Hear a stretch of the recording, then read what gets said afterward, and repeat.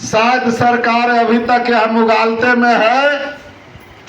अब आंगनबाड़ी सेविका महिला नहीं, ये अबला नहीं, ये सबला बन गई है और पटना की धरती पर झांसी की रानी बन कर करके दिखलाने का काम किया। इसलिए आप तमाम लोग धन्यवाद के पात्र हैं। धन्यवाद इसलिए भी कि यह जो वर्तमान में संघर्ष चल रहा है, इस संघर्ष में सिर्फ बिहार को नहीं पूरा देश में आपके यह घटना, आपका यह आंदोलन चर्चा का विषय बना हुआ है और शायद आजादी के बाद यह पहला संघर्ष होगा जिस संघर्ष के पक्ष में विधानसभा के दोनों सदनों में सत्ता पक्ष के भी कुछ घटक दल के नुमाइंदे और विपक्ष के भी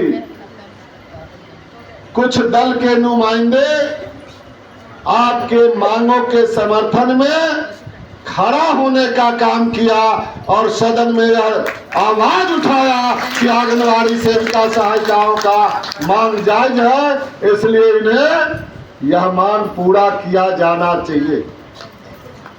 सदन के इतिहास में भी आप अपना स्थान बनाने का काम किया और तो और बिहार सरकार को नाको चना चबवाने के लिए आप बेदम कर दिया।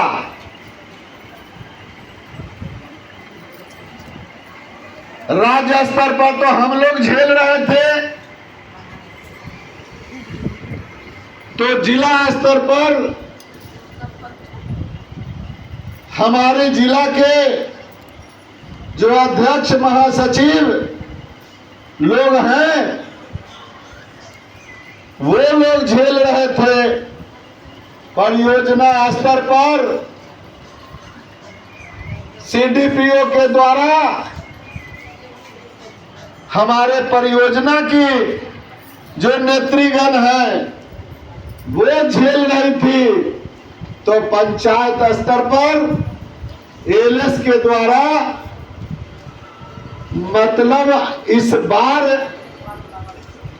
सरकार उल्टे सीध में, उल्टे सीध माने बुझते हैं, सर के बल खड़ा हो गई, सर के बल खड़ा हो गई और एक एक लीडर को के घर तक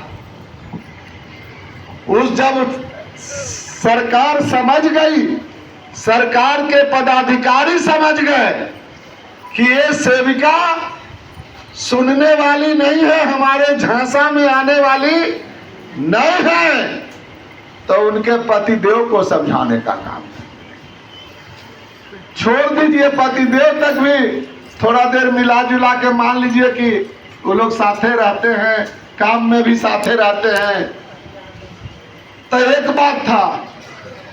अब उनके पिताश्री को समझाने लगे और जिनके ससुर श्री घर में रहते हैं उनको समझाने लगे, उनके देवर को समझाने लगे। मतलब दया का बाढ़ आ गया। इतना दयावान आज तक कभी आईसीडीएस के पदाधिकारी नहीं हुआ। एकदम गरज में व्याकुल है कि नौकरी चल जाएगा आपका, और जो नौकरी के पहरेदार है वो यह भी बोल रही है, चाहे वो डीपीओ के रूप में हो, सीडीपीओ के रूप में हो। ये आज तक कोई नहीं कहा कि नौकरी खत्म हो जाएगा, कहा कि देखिए चयन रद्द हो जाएगा तो 6 महीना आपको परेशान होना पड़ेगा, कोर्ट जाइएगा तो और दिक्कत होगा। हम यह बात क्यों बोल रहे हैं, जरा सा आप लोग दिमाग पर बल दे करके सोचिएगा। उनके लिए मैं बोल रहा हूं जो धुकुर धुकुर कमजोर करे जाके आदमी, उनके लिए हम बोल रहे हैं कि आज तक कोई अधिकारी ही नहीं कहा कि आप चयन हो जाएगा तो आपका नौकरी नहीं होगा। ये कोई आज तक नहीं कहा। यह बात आपको समझना चाहिए था, समझना चाहिए था, लेकिन दिमाग खोपड़ी तो बेच देते आप लोग। मैं यह बात उनके लिए कह रहा हूं जो लोग